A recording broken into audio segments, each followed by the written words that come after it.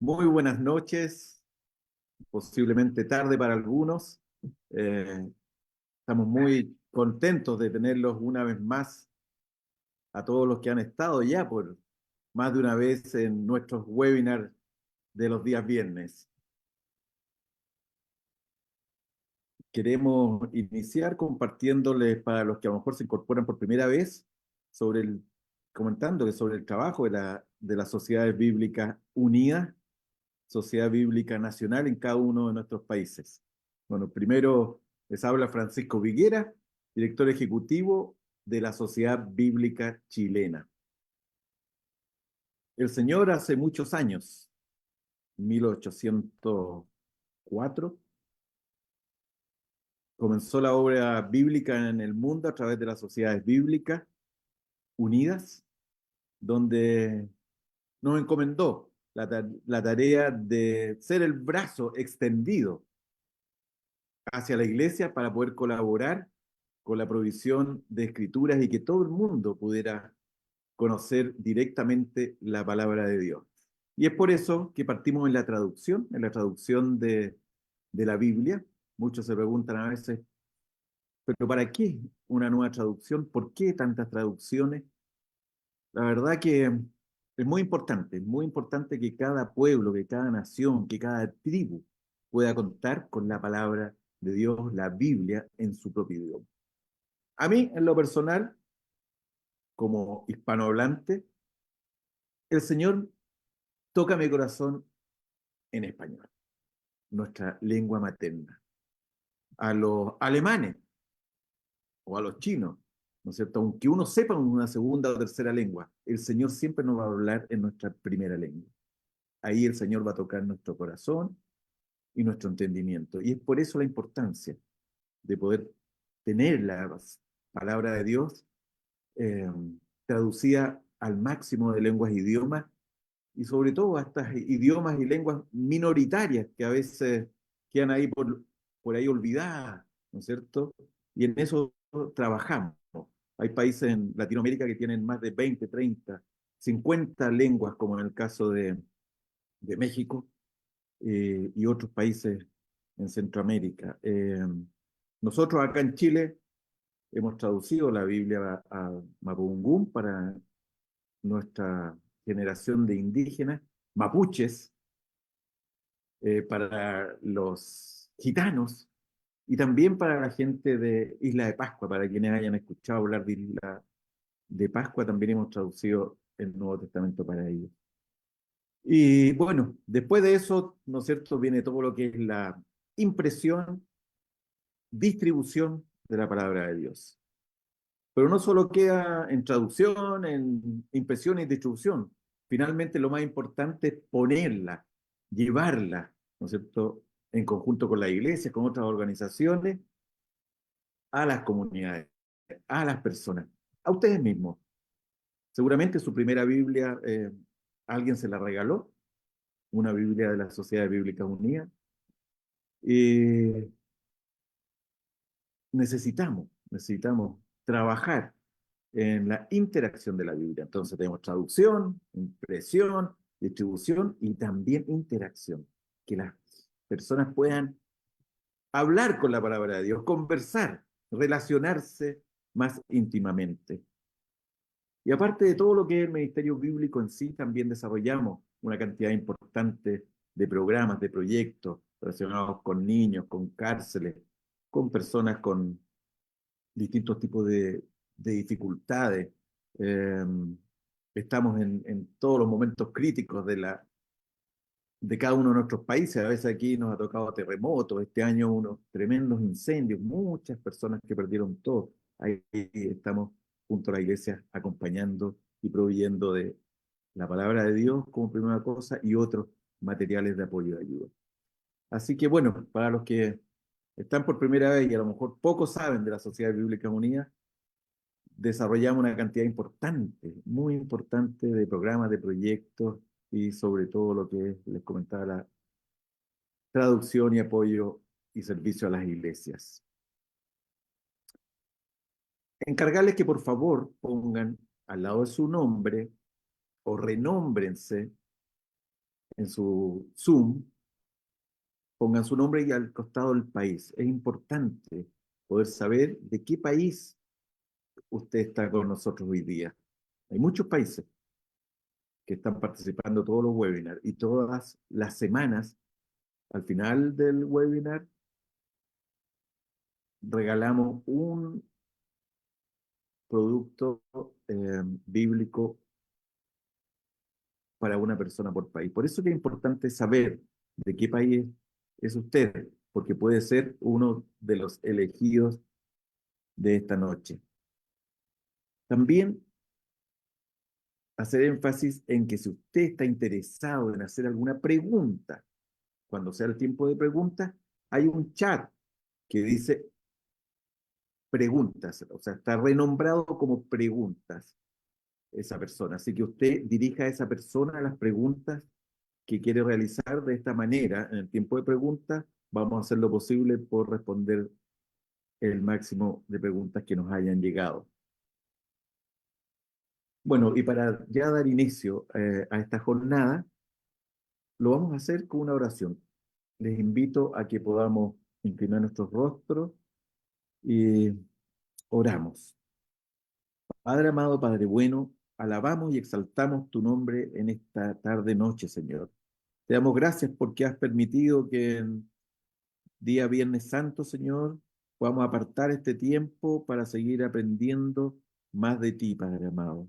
Te damos gracias por cada una de las personas que están presentes en esta noche. Te damos gracias también por todos los que están coordinando este programa, Señor. Eh, Queremos poner ante ti, sobre todo a nuestro expositor, Padre, para que tú entregues de su gracia, que tu Espíritu Santo le acompañe en todo momento y sean tus palabras, Señor, las que podamos escuchar durante esta noche, mi Dios. En tus manos nos encomendamos, Padre, en el nombre de Cristo Jesús. Amén. Amén. Bueno, sin más preámbulo, porque ustedes no vinieron a escucharme a mí, sino que vinieron a escuchar a nuestro conferencista, Abraham Márquez Reyes. Nuestro querido amigo y hermano en Cristo, Abraham, es bachiller en teología por las Asambleas de Dios en México, licenciado, maestría en Sacra Teología de la Facultad Internacional de Ciencias Teológicas, coordinador académico de la Facultad Internacional de Ciencias Teológicas, 18 años en el medio editorial cristiano, 6 años en la Sociedad Bíblica de México, felizmente casado con Mari García, llevan 14 años juntos, que el Señor les bendiga grandemente. Tiene 2 hijos, Génesis Joana, de 12, y Gabriel Emanuel, de 7 años. Querido Abraham, dejo a usted esta hermosa audiencia que tenemos para seguir aprendiendo del Señor. Muchas gracias, hermano Francisco. Abrazo hasta Chile. Y muy buenas tardes, muy buenas noches para creo ya buena parte del continente. Qué gusto poderme dirigir nuevamente a ustedes ahora desde este lado.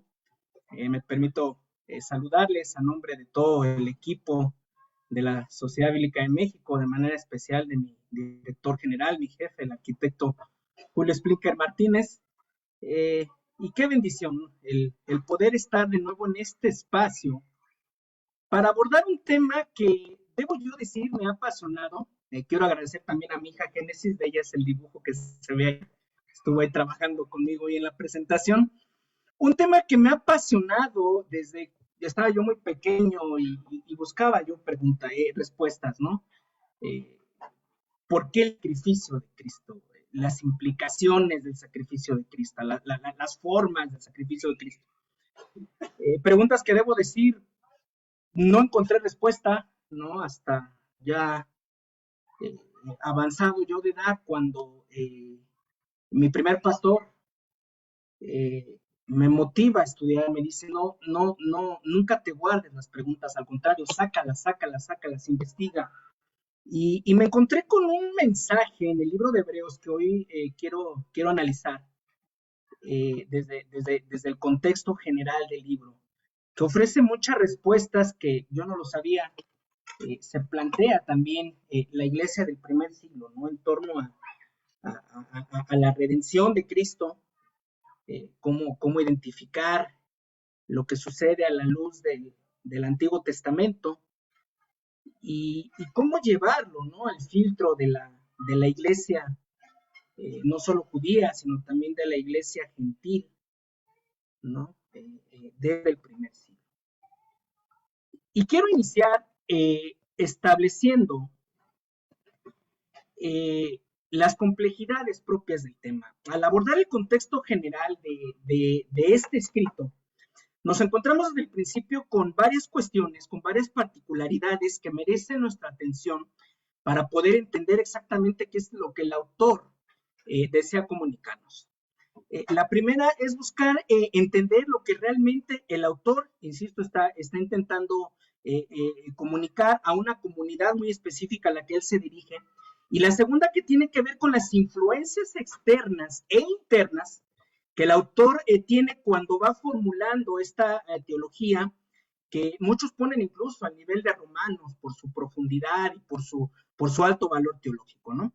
Estas dos cuestiones son importantes, es muy importante que las tengamos presentes y no las perdamos de vista conforme nosotros vayamos avanzando en este tema, porque al final puede resultar regulatorias para adentrarnos realmente en el mensaje que se nos está buscando comunicar. La primera tiene que ver, dentro de estas complejidades nos encontramos con su género literario, su marco histórico, su autor, sus destinatarios, sus fechas, su contenido en general, su aceptación o no dentro del canon bíblico, su incorporación muy accidentada en esta, su aceptación o no en el corpus paulino, los debates que ya desde el primer siglo se vive entre las iglesias de Oriente, ¿no? Que ven en ellas a Pablo como su autor, las de Occidente junto con Orígenes y junto con Clemente de Alejandría, que dicen que no es paulina, la controversia que se reviva en la Reforma respecto a la canonicidad de este escrito. Lutero abiertamente la rechazaba para que estuviera dentro del canon, llegando incluso a generar debates sobre su valor inspiracional, y que ya de entrada nos plantea la dificultad de este escrito. No se sabe quién la escribió, no se sabe exactamente en qué contexto la escribió, no se puede identificar tan fácil el género literario incluso, ¿no? Aunque muchos piensan que es una homilía, no se puede saber exactamente bajo qué circunstancias la escribe, no se puede saber mucho realmente sobre los destinatarios, a quien dicen que realmente era una comunidad romana después de la destrucción del 70, ¿no? Hay quienes sostienen que sí era para una comunidad judía, y que aunado a esto que ya muestra la complejidad del documento, nos muestra una contrapropuesta muy radical al interior del naciente cristianismo, que surge cuando desde el principio de este escrito se deja ver claramente los conflictos entre la iglesia de los Hechos, la iglesia del primer siglo, y las corrientes judías de la época. Y esto es importante que lo tengamos presente. Esto último tiene que ver con tres cuestiones fundamentales que el autor de este escrito aborda, ¿no? La primera, el hecho de que independientemente de que haya sido Pablo el que la escribió, que es muy poco probable, o haya sido Lucas, o Bernabé, o Judas Tadeo, o Silas, o Clemente, o Apolo, o algún otro autor, es muy evidente en este escrito que se trata de una persona que inicialmente tiene o tuvo un fuerte vínculo con el judaísmo de la época, ¿no? O al menos tiene un claro conocimiento de sus leyes normativas, de sus ceremonias, de su sistema sacerdotal e incluso de sus diversas escuelas, ¿no? Porque son varias escuelas las que exponen, ¿no? Además, una persona que evidentemente está sumamente familiarizado con la versión de los 70, la Septuaginta, y que esto resulta fundamental al momento en el que se va a trazar la línea de Jesús hacia el cumplimiento perfecto para lograr la redención, no de un pueblo, ojo con esto, no, desde el principio la propuesta es no para un pueblo, sino universal, pero que no obstante este conocimiento del autor, sí se evidencia que el autor tiene muy serios cuestionamientos respecto al valor de las ceremonias de la antigua alianza y en consecuencia del sacerdocio conferido a Aarón y sus descendientes, y este conflicto, que no es solo de él, sino de la iglesia del primer siglo en general, lo deja muy claro desde el principio. Y esto nos lleva a un tercer punto. Hay que añadir un tercer problema: el contexto histórico en el que muy probablemente se escribió este documento. La gran mayoría, la fecha entre el 70 y el 95, decía yo, a manera de una homilía, ¿no? Para una sinagoga, o lo que pudo haber quedado de ella, si es que ya se había destruido Jerusalén, y por homilía entendemos un libro con valores, con conclusiones prácticas para la vida diaria, ¿no? Para cuestiones propias de una religión o fe, desde una perspectiva teológica, pero también desde una perspectiva práctica, y que en este caso es para una comunidad que, independientemente de que sea gentil o judía, muy probablemente ya había vivido las consecuencias de la rebelión de los 70, que termina por desaparecer a la nación de Israel, que tiene un fuerte desprecio por el imperio dominante, consecuencia de esta situación, cuando en el 70 Roma termina de borrar Jerusalén, ¿no? Que están en medio de un alto peligro de apostasía, que tienen un sinfín de influencias teológicas rondando por todos los lugares donde la iglesia ya tiene presencia, y que los coloca en una cuestión, en una posición sumamente precaria, llena de dolor, en la que renace una vez más la idea del Mesías político-religioso por sobre la de un Mesías sacerdotal. Y este es el punto central del autor desde el principio, el Mesías sacerdotal, y que, salvo algunas excepciones documentadas por los manuscritos de Qumran, por ejemplo, es una postura, la del Mesías sacerdotal, casi velada para las iglesias judías, perdón, para las escuelas judías del primer siglo. Entonces, para entrar en materia, vamos a tener presentes dos citas bíblicas que están apareciendo en la pantalla. Hebreos 3:1. Por lo tanto, hermanos santos que tienen parte del llamamiento celestial, consideren a Cristo Jesús el apóstol y sumo sacerdote de la fe que profesamos. Y Hebreos 8:1. Ahora bien, el punto principal de lo que venimos diciendo es que el sumo sacerdote que tenemos es tal que se sentó a la derecha del trono de la majestad en los cielos. Cuando nosotros leemos estos pasajes desde el contexto de la iglesia moderna, pudiera ser que no nos causa mayor problema, mayor conflicto. Pero vamos a situarnos un poquito en lo que esto repercute, por decirlo de alguna manera, en el pensamiento de la iglesia y del contexto de las comunidades judías del primer siglo. Y lo primero que salta a la vista, si lo tratamos de ver desde esta perspectiva, ¿no? Desde el contexto del autor, la gente a la que se está refiriendo, tiene que surgir la pregunta de cómo es que el autor puede llegar a semejantes conclusiones. ¿Cómo es que el autor se puede atrever a decir que Cristo Jesús, el que había sido ajusticiado unos años antes, es el sumo sacerdote de la fe que profesamos? Y más aún, que tuvo la capacidad, la autoridad de sentarse a la derecha del trono de la majestad en los cielos. Y desde el 1:1, el autor empieza a trabajar con esta cuestión. El tema se va preparando, no propiamente desarrollando, pero sí preparando, sí gestando, desde el capítulo 1, y la llamada afirmación de la superioridad de Jesús. Ojo con esto, porque esto es importante, quiero recalcarlo. La afirmación de la proclamada superioridad de Jesús. Un segundo, perdón. desde la cual podemos notar que, si bien la centralidad del autor, desde sus propias palabras, es el sacerdocio de Cristo, antes del 3.1 que leímos ahorita, en los capítulos 1 y 2, y más concretamente desde el 1.1, lo presenta como la voz final de Dios y en consecuencia como la voz autoritativa por sobre los profetas en diferentes contextos, en diferentes circunstancias, en diferentes situaciones a lo largo de toda la historia del pueblo judío.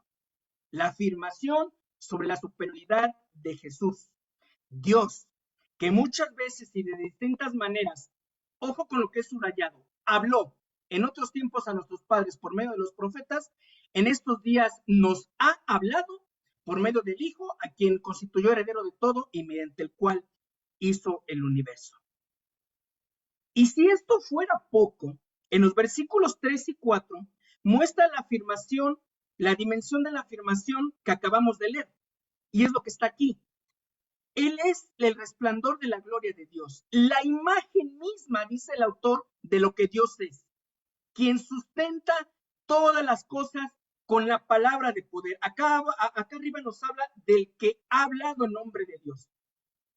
Y ahora nos habla de que esa palabra que él comunica sustenta todas las cosas. Después de algo muy importante, después de llevar a cabo la purificación de nuestros pecados por medio, ojo con esto, por medio de sí mismo, y gracias a eso sentándose a la derecha de la majestad en las alturas, llegando a ser superior a los ángeles, porque ha recibido un nombre más sublime que el de ellos. Todas las citas están en Reina Valera contemporánea. Estas afirmaciones repercuten de lleno, no solamente en una comunidad en específico a la que se pudo haber dirigido, sino para toda la cristología que se está gestando desde el primer siglo, y ya algo de eso hablamos hace algunos meses cuando abordamos propiamente el tema de la cristología en la iglesia del Nuevo Testamento. Y esto evidentemente nos lleva a recordar la reacción del Sanedrín, que cuando Jesús les dice, y además les digo, que desde ahora verán al Hijo del Hombre sentado a la diestra del Poderoso y venir en las nubes del cielo.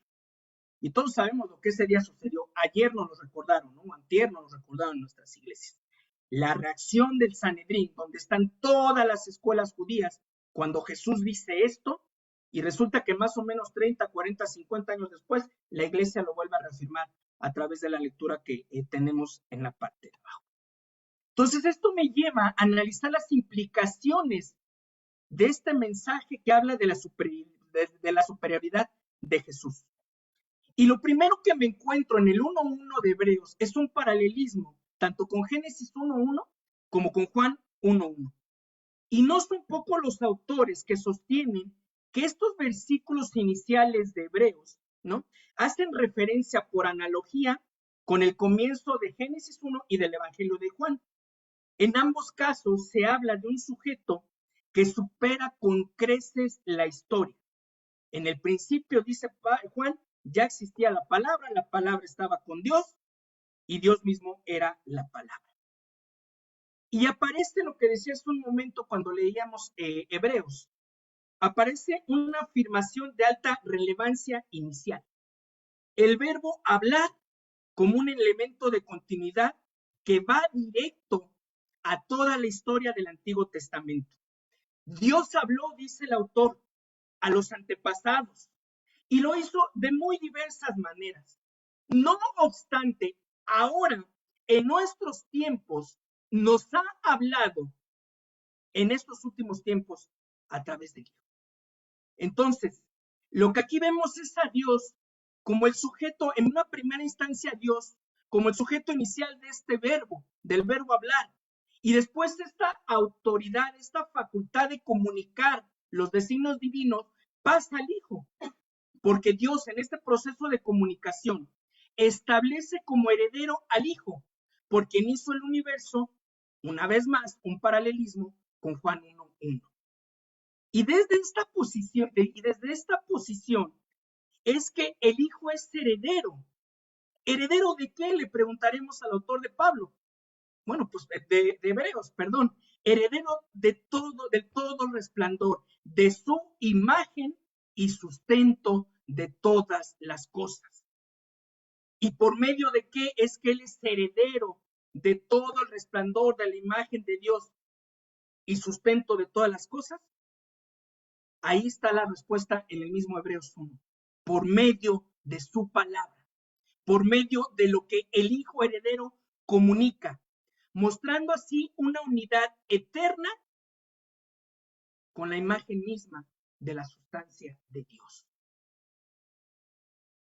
Entonces, lo que el autor propone a sus destinatarios es que Dios es un Dios que se comunica, es un Dios que habla y que ha decidido que sea Jesús el que hable, no los profetas, no otros medios, incluyendo la ley, solo Jesús, lo cual nos lleva a entender la superioridad de Jesús sobre el resto de los profetas, y esto es sumamente importante en nuestro tema,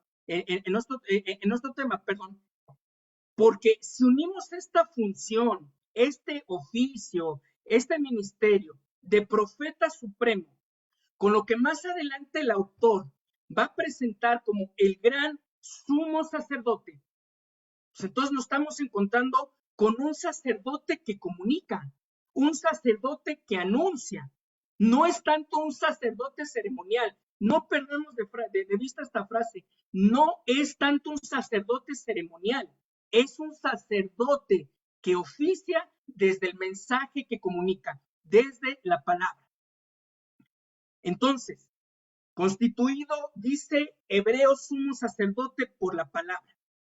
En la ley levítica, los sacerdotes ejercen el culto, pero no hablan. Los que hablan son los profetas. Pero aquí hay un profeta que es superior a las profetas. Y además, un profeta superior a los profetas del Antiguo Testamento, que además será sacerdote. Y que en consecuencia su mensaje es de alta relevancia porque habla como verdadero profeta en nombre de Dios. Luego entonces nos encontramos con Dios hablando continuamente por el profeta definitivo, un sumo sacerdote que comunica la palabra de Dios. Y el autor no se queda ahí. Esto es solamente el principio. De ahí brinca otra afirmación fundamental, mayor que los ángeles. Esto ya nos va llevando a un tema que también es crucial y del que me ocuparé más adelante con un poco más a detalle, y que es todo un tema, ¿no? Para los tiempos del Nuevo Testamento, para el mensaje del Nuevo Testamento. La divinidad de Jesús desde el comienzo de la proclamación del Evangelio, desde el comienzo del querigma. Y para ello, el autor no solo menciona a los profetas, sino ahora también se va con los ángeles. Ojo de nuevo con lo que tengo subrayado y que es lo más relevante, ¿no? Tengo aquí un problemita con la barra.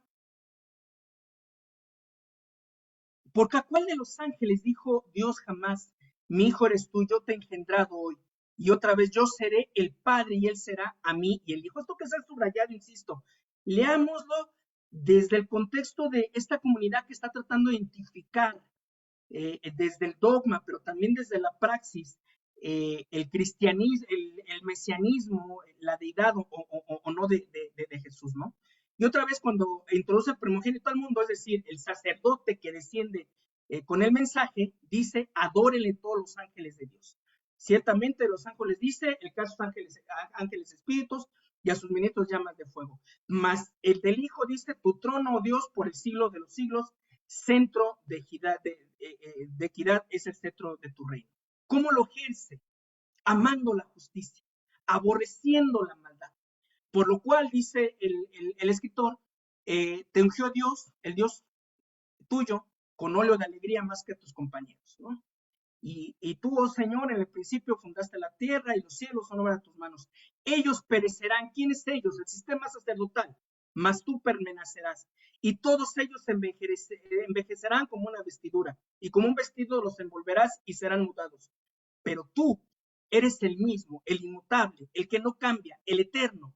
Y tus años no acabarán. Pues ¿a cuál de los ángeles dijo Dios jamás? Siéntate a mi diestra hasta que ponga a tus enemigos por estrado de tus pies. Fíjense cómo el autor empieza ya a desarrollar su postura respecto a la divinidad de Jesús, ahora enfatizando que es mayor que los ángeles. ¿Y los ángeles qué son? Mensajeros. Mensajeros que obviamente comunican la palabra. Entonces ahora no nada más es superior a los profetas, como aseguraba al principio, ¿no? Sino que ahora también nos encontramos con que es superior a los mensajeros por excelencia, que son los ángeles.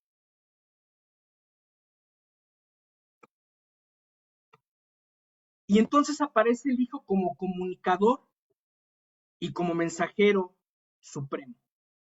Y esto me lleva a una pregunta.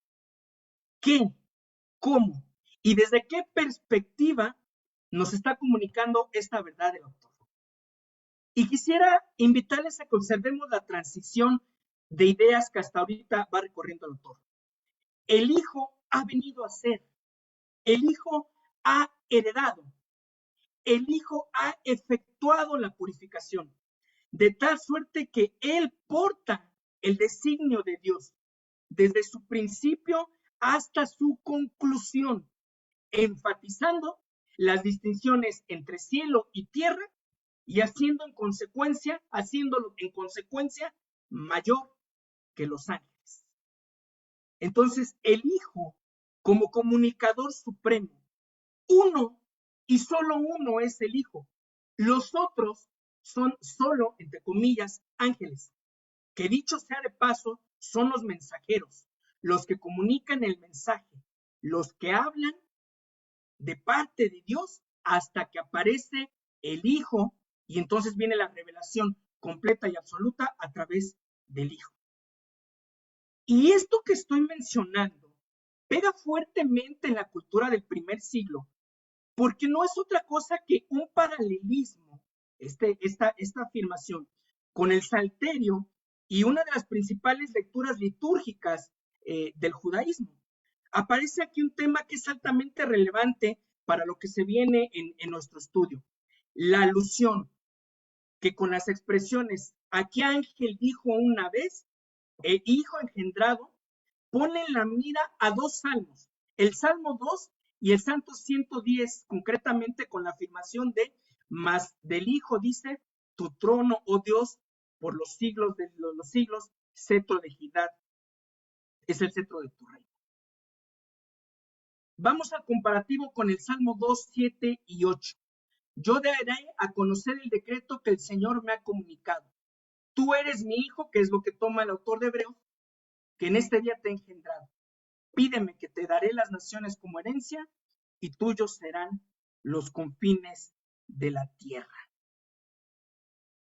El Señor me ha dicho, mi hijo eres tú, yo te engendré hoy.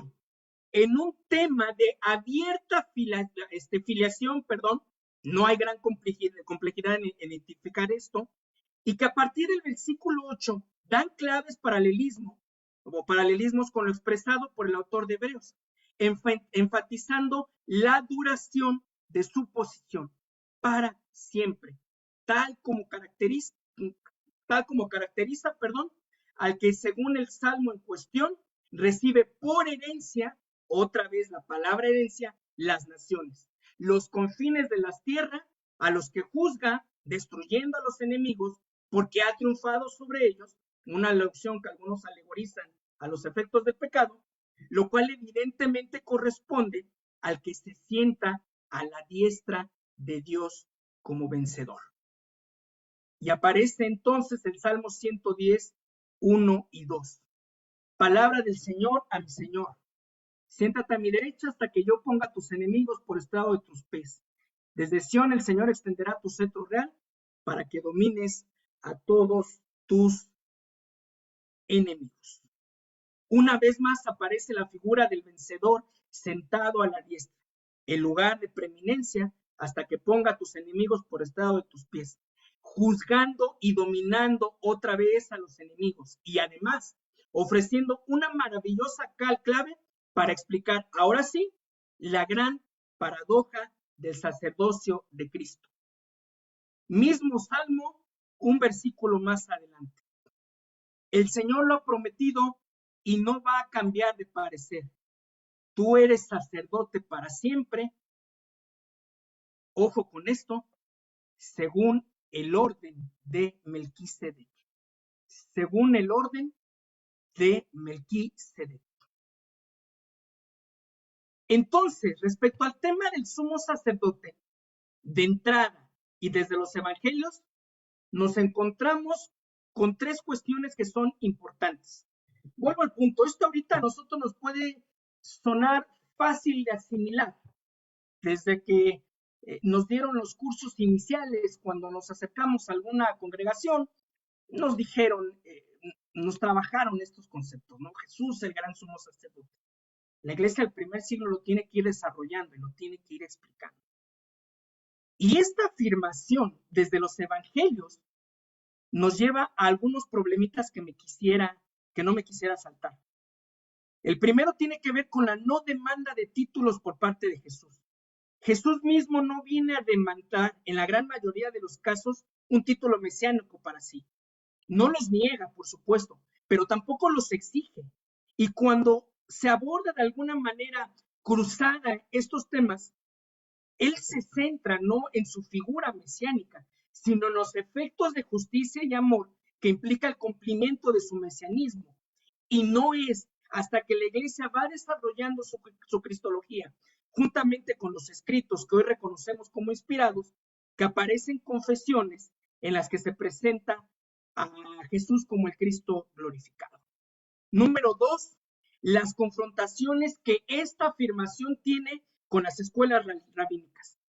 El hecho de que desde el principio hay fuertes diferencias con las escuelas judías. De hecho, no olvidemos que fue el Sanedrín, donde convergen todas las autoridades representantes de las escuelas políticas y religiosas que regulan y gobiernan al pueblo, las que unánimemente habían sentenciado décadas antes a muerte a Jesús y que entregan al imperio para validar su sentencia. Saduceos, fariseos, escribas, esenios, celotes, herodianos, cada uno de ellos con su muy particular forma de abordar las profecías mesiánicas que nos muestran que Jesús no es aceptado por las autoridades como alguien digno del pueblo y por eso lo sentencian a muerte, ¿no? Menos como alguien de casta sacerdotal y muchísimo menos como el Mesías prometido. Entonces imagínense las implicaciones de este pasaje en este contexto, ¿no? Y este conflicto se traslada hasta la iglesia del primer siglo, ¿no? Preguntémosle a Pedro saliendo del templo después de sanar al paralítico, ¿no? Lo que implican estas confesiones, ¿no?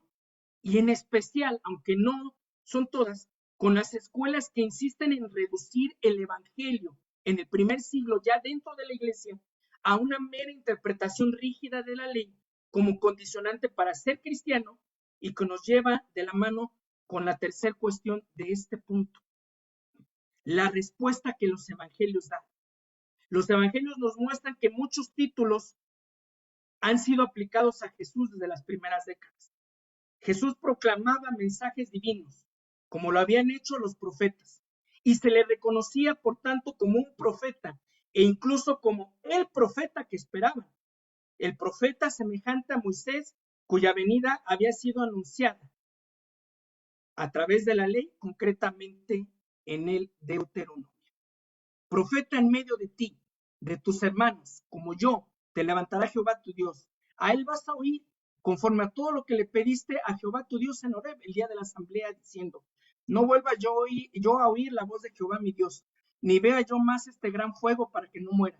Y Jehová me dijo, han hablado desde lo que han dicho, profeta les levantaré en medio de sus hermanos como tú, y pondré mis palabras en su boca, lo que hace Hebreos 1, y les hablará todo lo que yo les voy a demandar, todo lo que yo les demandaré. Entonces a Jesús se le reconocía como rabí, se le reconocía como maestro, ¿no? Se llega a cuestionar, según los evangelios, si él era el Mesías, ¿no? Sospechan que lo era, ¿no? El hijo de David, el Cristo, el hijo de Dios. Pero aquí hay un tema. Ni siquiera en los evangelios Nadie se había preguntado, mucho menos afirmado, si era Jesús sacerdote y muchísimo menos sumo sacerdote, como lo presenta Hebreos. ¿Por qué? Porque Jesús no pertenece a la línea sacerdotal levita. Esto es muy simple. Todos sabían que él no era levita, no pertenece a la tribu de Leví, a la que le estaba reservado exclusivamente el sacerdocio so pena de muerte. Cualquier extraño que se acercara sería hombre muerto, dice el Números 3:38. 2, porque Jesús no cumple con las ceremonias de la ley judía, de las ceremonias levíticas. Jesús mismo había respetado estrictamente este carácter que es exclusivo para los descendientes de Aarón. Él nunca había pretendido ninguna función sacerdotal. No había entrado nunca en el templo propiamente dicho, en el lugar santo, en el lugar santísimo. Como simple israelita, él había entrado solo hasta el atrio, donde había enseñado, pero no había además ofrecido sacrificios, ¿no? El reconocimiento del sacerdocio de Cristo como autor y consumador de la fe. Entonces, imaginémonos nada más, si la misma iglesia no se plantea que él pudiera ser sumo sacerdote por lo ya expuesto, a esto hay que sumarle que Jesús mismo había respetado estrictamente este carácter exclusivo. Nunca había pretendido ninguna función sacerdotal, ¿no?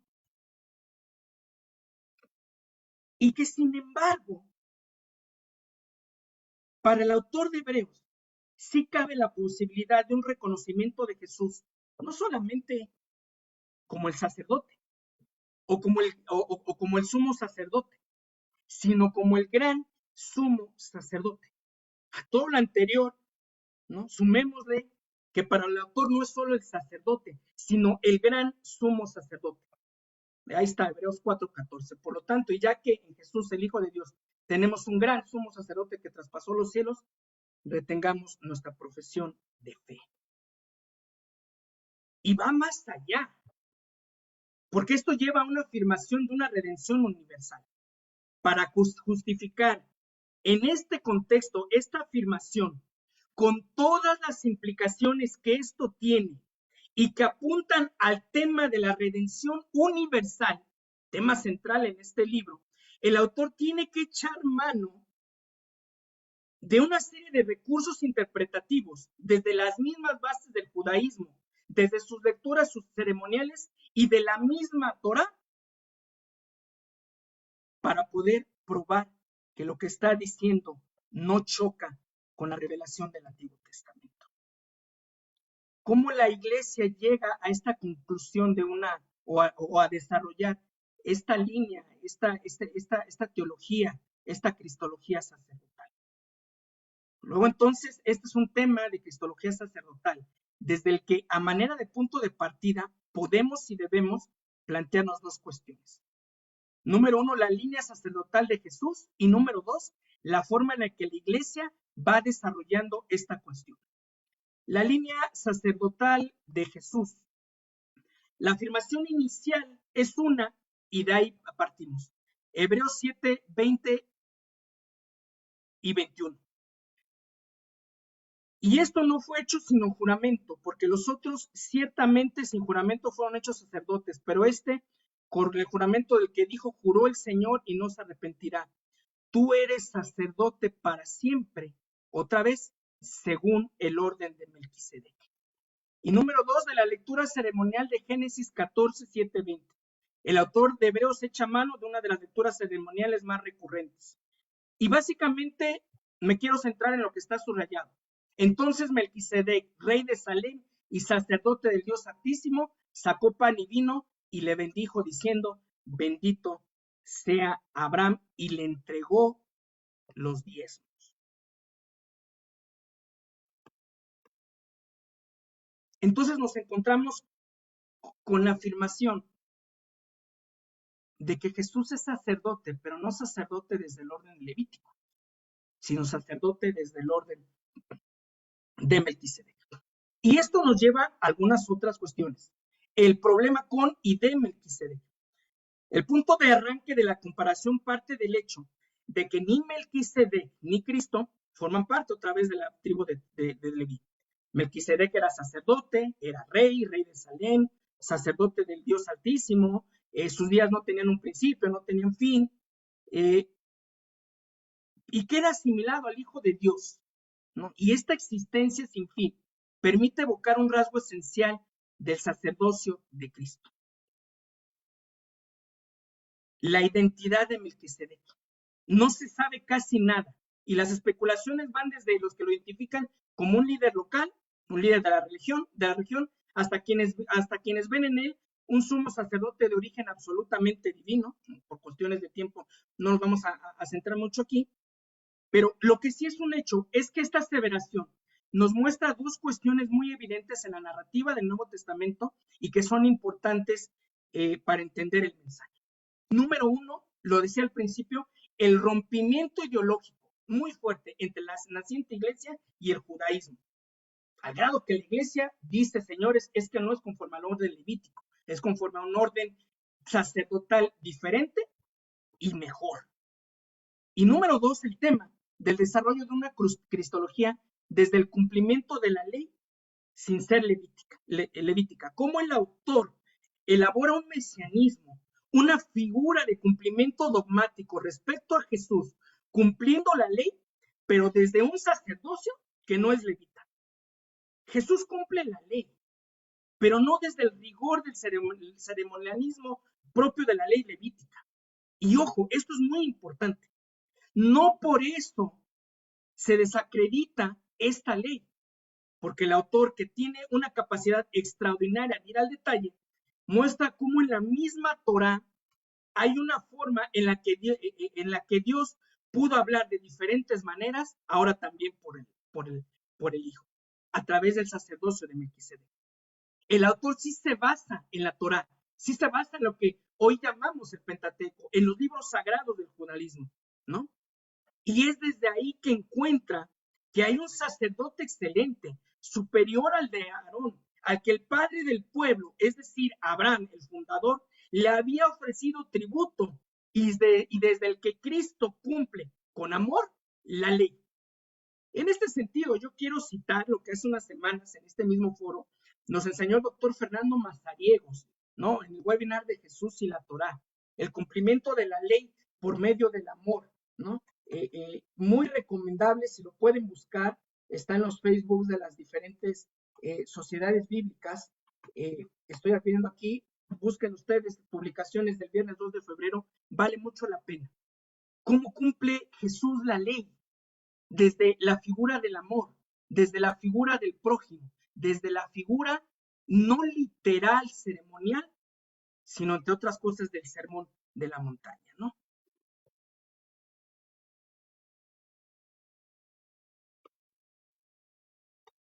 Y esto nos lleva al desarrollo de la cristología sacerdotal en la iglesia del primer siglo. Todo esto nos lleva al segundo punto de los que mencionaba allá arriba y que es fundamental para el tema de la redención efectuada en Cristo. La forma en la que la iglesia desarrolla esta cuestión y sobre los que hay que enfatizar convenientemente unos pequeños puntos. Número uno, la relevancia del mensaje redentor en la iglesia del primer siglo. Si bien los evangelios se centran en el desarrollo del ministerio de Jesús desde su concepción hasta su ascensión en gloria, los escritos del Nuevo Testamento sí son muy enfáticos en la enseñanza sobre su muerte y los efectos expiatorios de ella. Es decir, para la iglesia de Hechos sí es altamente relevante hablar de los efectos de la redención en Cristo, que es a donde apunta el autor de Hebreos. ¿Y cuáles son los parámetros para el reconocimiento doctrinal de la iglesia del primer siglo de esta cuestión? En la estructura que da forma a la revelación del Nuevo Testamento, hay tres parámetros que dan sustento a esta estructura y que garantiza que en temas como este, que son tan relevantes, como evidentemente la revelación y la redención, se debe centrar en tres cuestiones fundamentales durante todo el desarrollo sistemático y progresivo de la doctrina, a saber, las indicaciones que el Antiguo Testamento da de determinado tema, las indicaciones que emanan de las enseñanzas de Jesús sobre este tema y la forma en la que estas enseñanzas son interpretadas por los apóstoles del primer siglo. Y desde estos 3 puntos es que se encuentra el sustento para la alusión al sacerdocio de Melquisedec.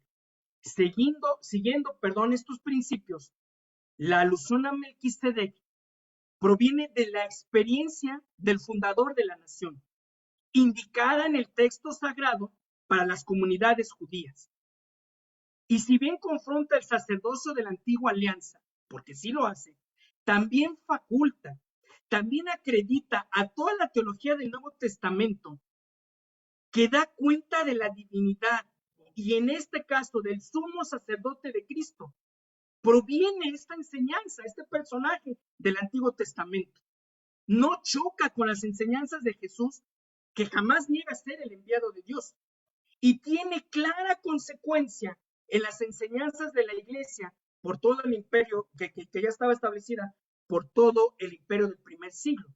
De tal suerte que el cristocentrismo sacerdotal de Hebreos nos muestra, esta carta nos muestra, este escrito nos muestra un cristocentrismo sacerdotal.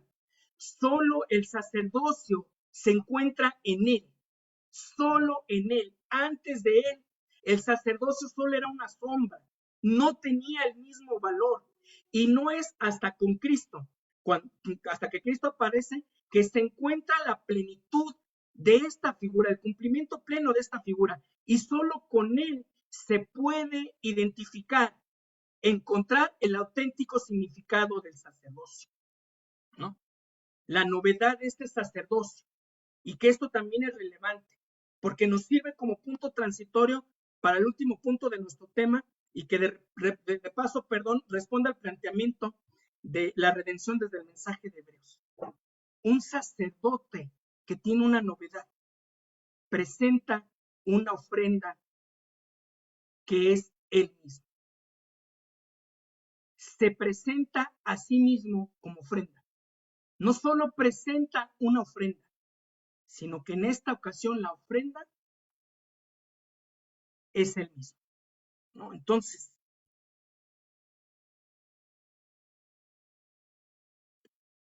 la ofrenda del gran sumo sacerdote. El ejercicio hermenéutico del autor. La clave de este punto está en la forma en la que el autor trabaja para desarrollar un ejercicio hermenéutico, un ejercicio interpretativo que logre vincular a Jesús desde el principio de su narrativa, desde el principio de la homilía, y especialmente ojo con esto, especialmente desde el principio, con una afirmación sumamente importante, con una afirmación sumamente relevante. La afirmación dogmática de que Jesús es superior, que consecuentemente Él es el Mesías, que asume la posición del gran sumo sacerdote y que ahora además, dado que este sacerdocio no es conforme a la ley levítica, pues resulta que esta ley, que desde luego no es descalificada, y quiero insistir y recalcar, no es descalificada ni menospreciada por el autor, ni por Pablo, ni por Pedro, ni por nadie, ¿no? Vale, como se piensa cuando se lee, por ejemplo, los Gálatas, ¿no? Ni por ninguna voz autoritativa del Nuevo Testamento, ¿no? Representa esta ley únicamente un simbolismo, una sombra, una figura que apunta, que direcciona a un cumplimiento mucho más sublime, mucho más trascendente, mucho más grande en sus alcances, en sus formas, en sus métodos, y que provee de una vez y para siempre el perdón de pecados universal. La relevancia de este ejercicio para la confesión de la iglesia del primer siglo, pues evidentemente es fundamental.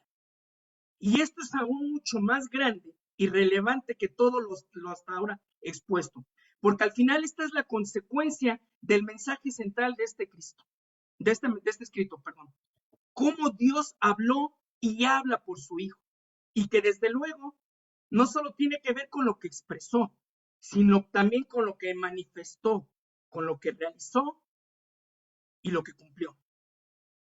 Entonces, recapitulando, después del tema de la superioridad de Jesús sobre los profetas, sobre los ángeles y sobre Moisés de los primeros capítulos, ahora el autor de la carta se va directamente a un recuento del peregrinaje del pueblo, ¿no? El cual, insisto, no le quita su real valor e importancia desde esta perspectiva, pero que apunta a Jesús como un sumo sacerdote excepcional y que en el capítulo 7, coloca al sacerdocio de Melquisedec como superior al sacerdocio levítico. Y es justamente lo que estamos viendo en la pantalla.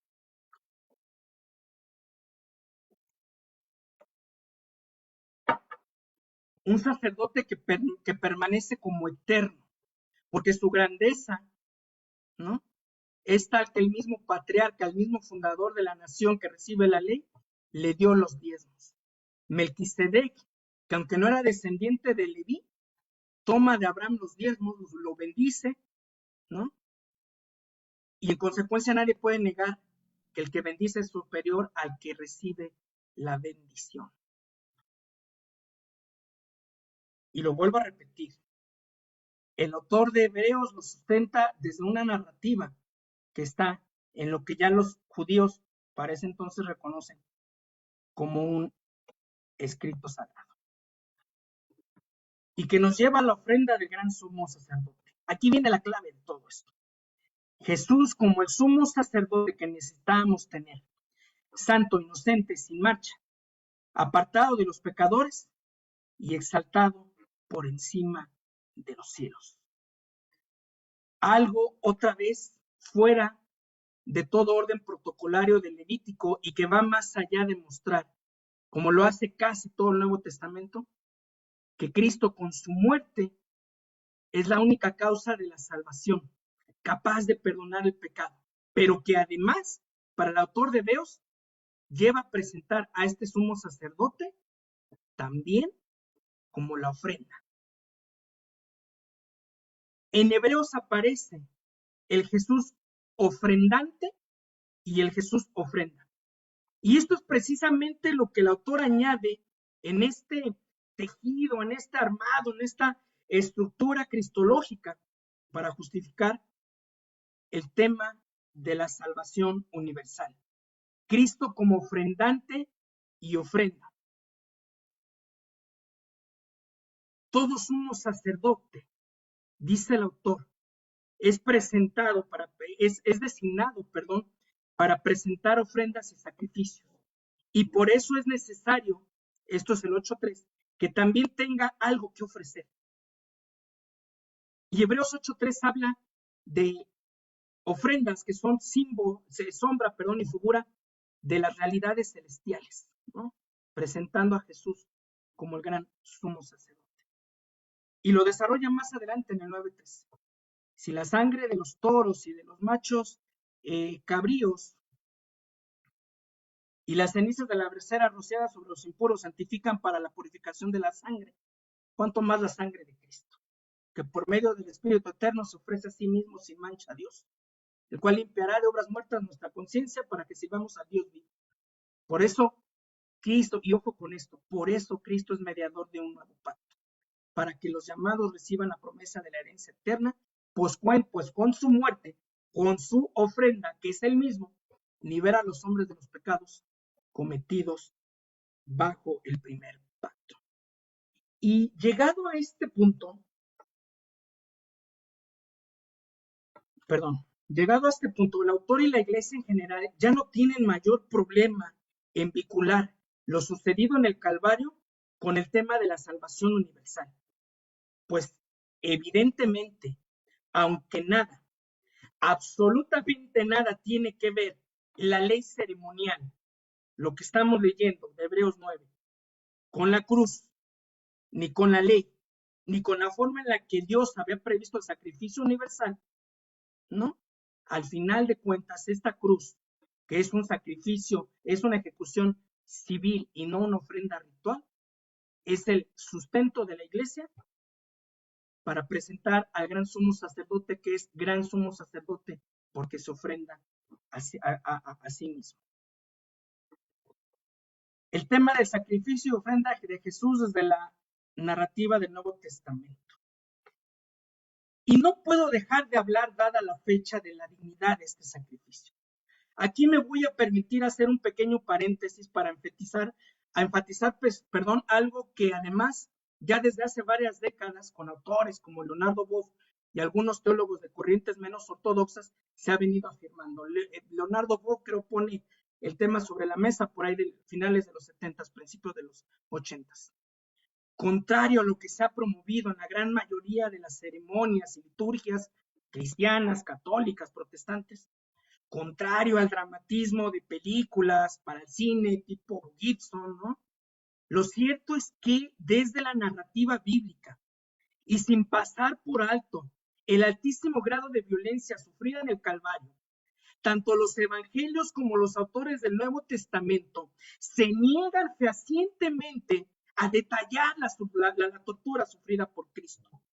En los evangelios vemos una narrativa bastante digna, bastante respetuosa, con énfasis en la victoria a pesar de la situación, ¿no? Donde no se entra en detalles, ¿no? Sobre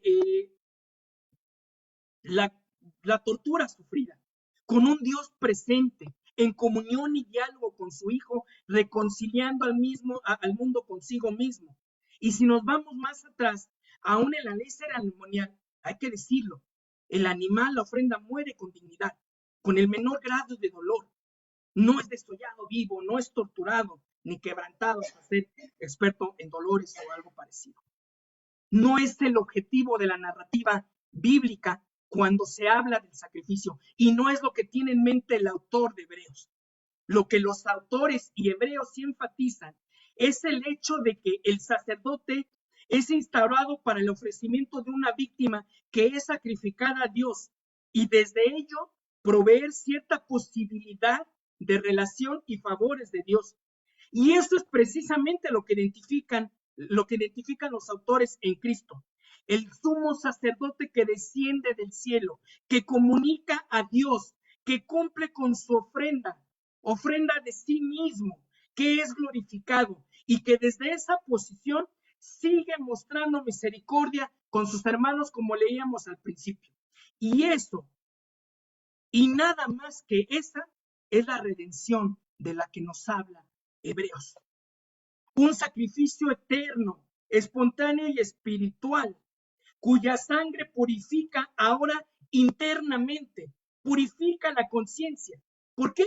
Bueno, porque en el sentido de que en el Nuevo Testamento el concepto de sacrificio no implica el perder algo. Ay, yo me sacrifiqué cuando di esto. No, sino el de hacer sagrado una ofrenda, transformar mediante la purificación el acto, la ofrenda, para garantizar la paz con Dios, de tal suerte que vincula el hecho, el acto, lo sacrificado con lo sagrado. Luego entonces, la ofrenda de sangre del contexto bíblico nos lleva a reflexionar sobre el derramamiento de sangre, que insisto, no tiene que ver con el énfasis en la tortura de lo que ahí sucedió, ¿no?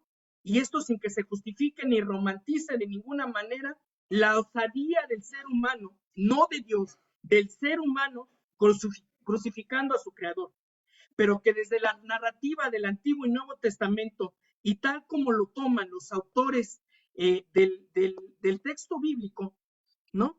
Nos recuerdan que la sangre es indicativo de vida, la sangre es la vida, y en este sentido, desde la narrativa de los evangelios y de Hebreos, nos encontramos con que Jesús lo que ofrece es precisamente eso, la vida, no solo con su muerte, sino desde el momento mismo de la anunciación, en cada paso, en cada proceso de vida, sanando, dignificando, mostrando misericordia, restaurando la dignidad humana en su máxima expresión.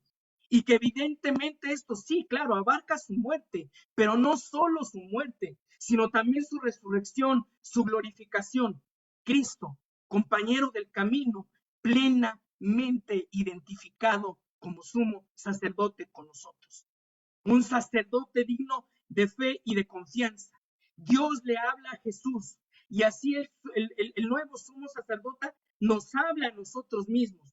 Y por ello, a través de él, es que entendemos quién es Dios y qué desea para nosotros. Y a partir de su muerte y su resurrección, el Hijo es el resplandor ahora de la gloria de Dios, la fiel imagen de lo que Él es y lo que sostiene. Entonces, es un ejercicio sacerdotal de Jesús desde la narrativa de los evangelios que apunta a un sacerdote amigo de los pecadores, amigo de las prostitutas, amigo de los comelones, ¿no? Porque sobre la purificación tan radical que un sumo sacerdote debía de tener conforme al Levítico, ¿no? Él enseña que la sabiduría de Dios, ¿no? Se demuestra por los resultados, haciendo énfasis en un sistema sacerdotal absolutamente personal y absolutamente existencial. El sacerdote que sí nos permite comparecer ante el trono de la gracia versus el de Levítico, que solo nos permitía medianamente asomarnos.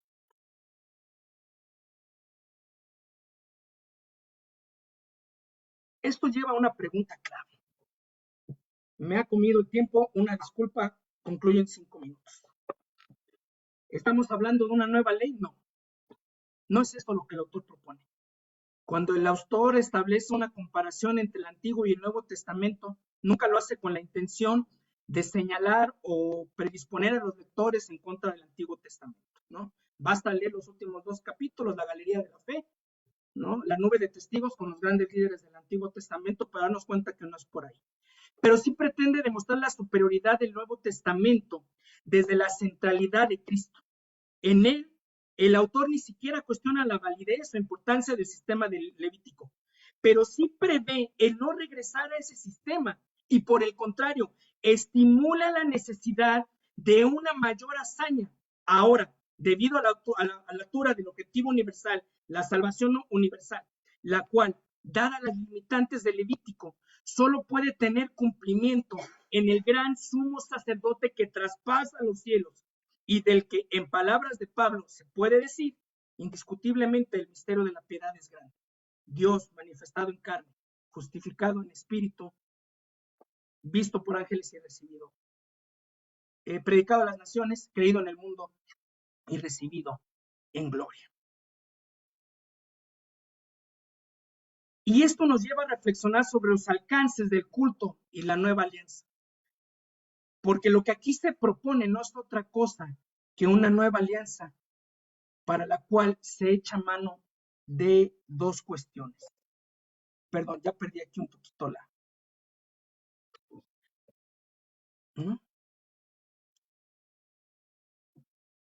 Todo esto se fundamenta en el anuncio de una nueva alianza, que la toman de Jeremías 31, 31 y 34. Vienen días en que haré un nuevo pacto con la casa de Israel y con la casa de Judá. Palabra del Señor. No será un pacto como el que hice con sus padres cuando los tomé de la mano y los saqué de la tierra de Egipto, porque fui yo para ellos como un marido, pero ellos quebrantaron mi pacto. Palabra del Señor. Cuando hayan pasado estos días, el pacto que haré con la casa de Israel será el siguiente. Pondré mi ley en su mente, la escribiré en su corazón, la practicidad del ministerio. Yo seré su Dios y ellos mi pueblo. Nadie volverá a enseñar a su prójimo, ni a su hermano, ni le dirá, conoce al Señor, porque todos ellos, desde el más pequeño hasta el más grande, me conocerán. Y yo perdonaré su maldad y no volveré a acordarme de su pecado. Todo esto se fundamenta en una nueva alianza que viene a renovar a la anterior, como consecuencia de la venida de Cristo, que es y de la forma en la que él asume su ministerio, que le permite ser mediador de un nuevo pacto entre Dios y los hombres, un pacto totalmente nuevo, que deja de ser ritual y externo para convertirse en real, en personal y en existencial, que reconoce el fracaso de la ley, en el sentido de que el pueblo fracasó al obedecer la ley. El ser humano fracasa tratando de seguir a Cristo, que como ofrendante y como ofrenda, en obediencia, ahora provee un sacrificio de eficacia perfecta y permanente ¿no? Y lo que en Hebreos 9:12 se llama el vínculo para una redención eterna, una nueva alianza por nosotros, para nosotros, que muestra la verdadera esencia y sentido del ceremonialismo, del sistema ceremonial del Levítico. En este paralelismo entre Jeremías y Hebreos nos encontramos algo bastante interesante: el cumplimiento del día de perdón de Levítico 16, el día de la expiación, el día más sagrado de la ley judía, el día en el que el pueblo se reúne en torno al tabernáculo terrenal, en el que el sacerdote entra al santuario, se prepara para ofrecer un sacrificio expiatorio, ¿no? En el que el pecado se transfiere a la ofrenda, al macho cabrío, en el que el sacerdote se despoja de su vestido. Vamos el simbolismo de todo esto con lo que sucede en el Calvario, ¿no? Y en el que una vez que está ceremonialmente purificado, ofrece el holocausto por el pecado. Y que en el caso de Hebreos enfatiza las acciones del sumo sacerdote, que al igual del Levítico, que el Levítico 16, busca el perdón de pecados a través de la ofrenda, esta vez su ofrenda, ofrendándose a sí mismo, y ya no nada más para un pueblo, sino para toda la comunidad. Y esto es lo que faculta al autor a hablar en su escrito de la trascendencia del santuario de Cristo, el cielo, donde están las verdaderas realidades que trascienden, de tal suerte que esta nueva alianza viene a reemplazar a la primera. Es la verdaderamente eficaz, que permite el acercamiento pleno con Dios, que proviene del orden sacerdotal eterno, el verdadero, el previsto y proveído por Cristo. Y con esto concluyo, y que en consecuencia nos lleva a una alianza que nos enseña que Cristo es el perfecto sacerdote, que viene a redimirnos a través del pleno conocimiento de lo que es Dios y el Padre. Muchas gracias, que el Señor les bendiga. Gracias, Abraham.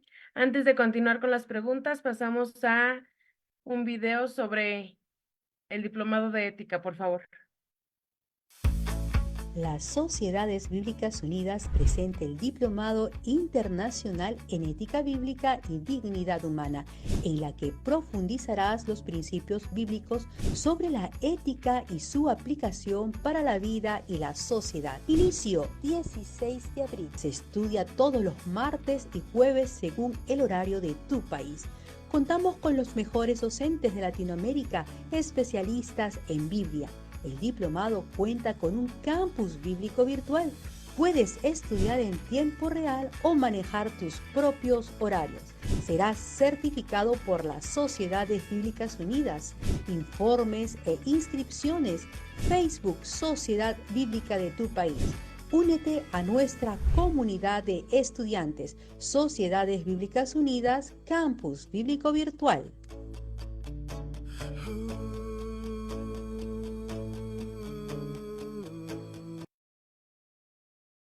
Bien, nos vamos con la primera pregunta. Nos dicen, nos has mostrado cómo presentar a Jesús en el contexto de su época. Hoy en el siglo XXI, ¿cómo debemos presentar a Jesucristo? Con la misma firmeza, con la misma verdad teológica, la misma verdad bíblica, la misma verdad dogmática. El mensaje es el mismo, el mensaje no cambia. Cambia el contexto, cambia las circunstancias, cambia la forma en la que hacemos exégesis de un pasaje y lo contextualizamos a nuestra realidad. Pero el mensaje sigue siendo y no puede dejar de ser el mismo. Yo no digo que no es importante innovar cuando presentamos el mensaje. Yo no niego que es importante tener claro el contexto de las audiencias, por supuesto que sí, pero el mensaje es solo uno, ¿no? Y es lo que Pablo aborda cuando dice, me propuse una sola cosa, a Cristo y a este crucificado. Lo que yo aquí estoy tratando de sostener es cómo interpretamos este dogma, cómo interactuamos con estas verdades de fe y cómo las podemos comunicar de manera efectiva con nuestra gente, pero sin perder de vista la esencia del mensaje, la dimensión del mensaje. Esa jamás puede cambiar. Y a eso es a lo que yo me refería cuando, por ejemplo, hablaba de las implicaciones del Calvario, ¿no? Es un tema que a mí en lo particular cada año me pega. Hablo como papá. Mis hijos tienen prohibidísimo ver alguna de estas películas. Mis hijos tienen prohibidísimo ver estas imágenes. No, no es lo que la narrativa nos presenta. Lo que la narrativa del Nuevo Testamento nos presenta es la dignidad del sumo sacerdote que cumple con la ofrenda necesaria, que esa ofrenda es Él, que no es una ofrenda de derrota, que es una ofrenda de victoria, que es una ofrenda eterna, que es una ofrenda que trasciende, que es una ofrenda digna, una ofrenda dignificante, una ofrenda que nos dignifica. Ese es el mensaje, ese es el Cristo que tenemos que proclamar, ese es el anuncio que tenemos que proclamar, el que ofrenda su vida. Y cuando hablo de ofrendar su vida, lo decía hace un momento, no hablo necesariamente de la muerte, esa es solamente una parte. Los evangelios trabajan el tema de la ofrenda de Jesús, la ofrenda del sumo sacerdote, desde el momento de la anunciación con María hasta el momento en que es glorificado. Ese es el Cristo que hoy tenemos que hablar, el Cristo que camina, el Cristo que se ensucia, el Cristo que va a las comunidades, el Cristo que restaura, el Cristo que dignifica, el Cristo que llora, el Cristo que abraza, el Cristo que se conduele, el Cristo que pastorea, el Cristo que soluciona, que provee, que sana. No solamente el Cristo que muere de determinada manera, no se queda ahí la historia de su vida, apunta hacia la glorificación final. Ok, gracias. Durante la conferencia, durante la exposición, nos hablaste un poco sobre Melquisedec. ¿Nos Sí. puedes extender un poco más quién era? ¿Consideras que era un Cristo preencarnado o era otro personaje de la antigüedad, según la pregunta que recibimos? Un Cristo preencarnado, eso estaría interesantísimo, ¿eh? Debo decir que no hay mucho que decir, desafortunadamente, porque la narrativa bíblica y las ciencias bíblicas realmente tienen poco que decir al respecto, ¿no? Hay quienes piensan que era un líder local, hay quienes piensan que era un sacerdote propio de la región solamente, hay quienes piensan que efectivamente es un simbolismo, pudiera ser una especie de figura velada, ¿no? Del Cristo, ¿no? Sí, definitivamente pudo haber sido. Aquí hay que enfatizar algo, no es tanto el quién era Melquisedec, ¿no? Desde un efecto terrenal, sino desde la posición que él juega para proveer, para justificar el sacerdocio de Cristo. A eso es a lo que la narrativa bíblica se quiere centrar. Ahí es el tema a donde tanto el Antiguo Testamento como el Nuevo Testamento nos quiere apuntar. Un sacerdote eterno, un sacerdote que proviene de Dios. El texto no nos dice nada más, sino que proviene de Dios. Y es dado que proviene de Dios, gracias a que proviene de Dios y únicamente gracias a que proviene de Dios, eso es todo lo que tenemos que saber, que faculta su línea sacerdotal para justificar el sacerdocio de Cristo. En verdad me gustaría decir algo más amplio. La verdad es que la narrativa, los autores, el texto bíblico, las bases que podamos consultar, no hay unanimidad, no se sabe quién es. ¿Pudo ser una teofanía, dirían algunos, ¿no? Como planteaba tu pregunta? Sí, muy seguramente sí, muy probablemente lo es, pero no hay mayor referencia hacia el personaje. Ok, y otra pregunta. ¿Cómo se puede entender Hebreos 1:5, donde dice, ¿a cuál de los ángeles Dios dijo jamás, mi hijo eres tú? Respecto de Job 1:6, donde dice, un día vinieron los hijos de Dios, refiriéndose a los ángeles, entre los cuales vino también Satanás. Bueno, hay que tener presente que de entrada son dos recursos literarios, dos narrativas totalmente diferentes. ¿Me podrías, por favor, leer de nuevo Hebreos 1:5? Donde dice, ¿a cuál de los ángeles dijo Dios jamás, mi hijo eres tú? Uh-huh. Sí, lo que el autor aquí está queriendo comunicar, y lo mencionaba en el desarrollo del tema, es enfatizar por un lado el sistema, el sentido eterno del mesianismo, ¿no? El sentido eterno de Cristo, enfatizar esta figura del mensajero que es preeminente, que es superior a todos los demás, ¿no? No solamente a los profetas terrenales, sino también a los mensajeros de Dios celestiales, ¿no? El autor lo que está haciendo es un ejercicio donde aclara, citando los salmos, citando la literatura sapiensal, que sí hay claves para identificar desde el Antiguo Testamento lo que Jesús vendría a realizar, Y lo que sucede después, en las demás lecturas paralelas, pues muchas veces tienen que ver más con las implicaciones, las percepciones personales de determinado autor, ¿no? Aún los autores bíblicos, y no necesariamente con una revelación plenaria, absoluta de lo que el Señor quiere comunicar. Hay que enfatizar que la literatura sapiencial, en primera instancia, es las personas dando una opinión, dando una referencia de lo que perciben que es Dios, o lo que perciben en este caso que es el mundo espiritual, ¿no? Obviamente después viene la respuesta de parte de Dios en el resto de la revelación bíblica, ¿no?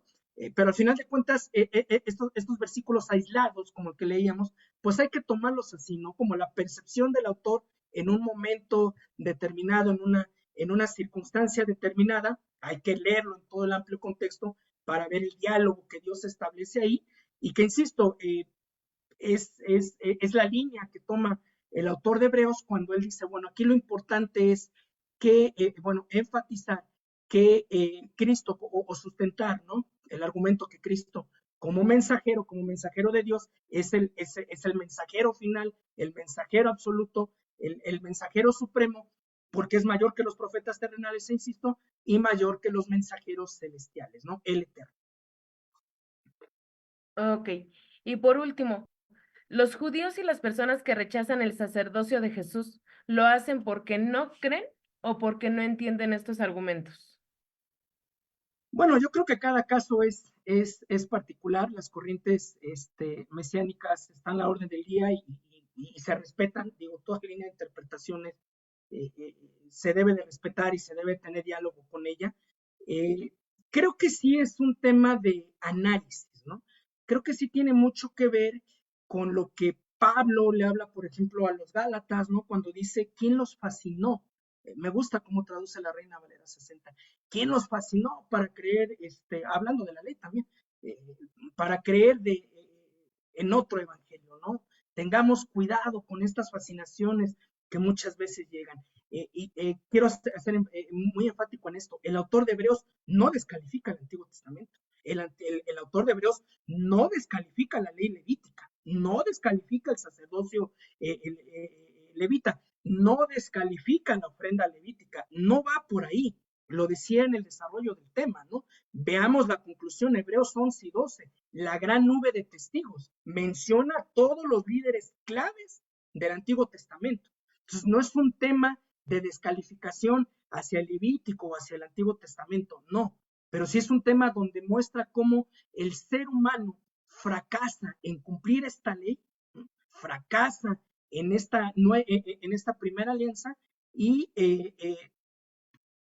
en consecuencia esta es un simbolismo, esta es una sombra de lo que habría de venir a través del cumplimiento perfecto y pleno de Cristo. Pero insisto, sin descalificar, al menos no desde la narrativa bíblica, a las corrientes judías de la época. Muchas gracias, Abraham. Así doy paso a lo que sigue. Gracias. Bendiciones. Bueno, estamos concluyendo este webinar. La verdad que ha sido un hermoso tiempo. Hemos aprendido muchísimo. Muchas gracias, Abraham. Y ahora, lo que habíamos anunciado al inicio, vamos a entregar un recurso bíblico. Cada sociedad bíblica se entrega un recurso bíblico a las personas que voy a nombrar. En el caso de Perú, Germán Robles; Chile, Carla Bustos Catalán; Ecuador, Guillermo Salas; Guatemala, Rosa María Juárez; Colombia, Desiré Moncada; Bolivia, Veneranda Ragone; México, Ernesto Alfa; Cuba, Ana Margarita Palacios; República Dominicana, Misael Rijo Reyes. Cada uno de ustedes que han sido nombrados, por favor, diríjase a su sociedad bíblica y va a recibir un recurso bíblico. Bueno, la próxima semana, el próximo viernes, nos volvemos a encontrar. Seguiremos con el tema que hemos estado tratando el día de hoy y se ha denominado el juicio judío y el juicio romano. Los procesos a Jesús por el profesor Josías Espinosa. Así que agéndelo desde ya esta hora para el día viernes próximo. Y para terminar, como buenos cristianos hermanos, inclinemos nuestros rostros y oremos al Señor. Padre amado, Padre nuestro que estás en los cielos, te damos muchas gracias, Señor, por la vida del profesor Abraham, Señor, y por lo que hemos aprendido hoy día. Te pedimos que tú multipliques en nuestra mente, en nuestros corazones y en nuestra vida esta enseñanza, Señor, para poder también llevar de mejor manera tu palabra a quienes no la conocen. Padre bendito, en tus manos entregamos todo el trabajo de las sociedades bíblicas en Latinoamérica y el mundo, Señor, y te pedimos que tú nos ayudes también a servir cada día con mayor eficacia a la iglesia, Señor. Y también, Señor, te pedimos por esta noche, por nuestro descanso, que podamos mañana amanecer a un nuevo día. En el nombre de Cristo Jesús. Amén. Les pido puedan abrir sus micrófonos y de esta manera despedirnos. Que tengan muy, muy buenas noches. Gracias, Dios les bendiga. Muchas gracias. Dios bendiga, Dios bendiga. Saludos. Muchas gracias, Dios les bendiga. Bendiciones, Señor, y Bendiciones, muchas gracias, Dios les bendiga.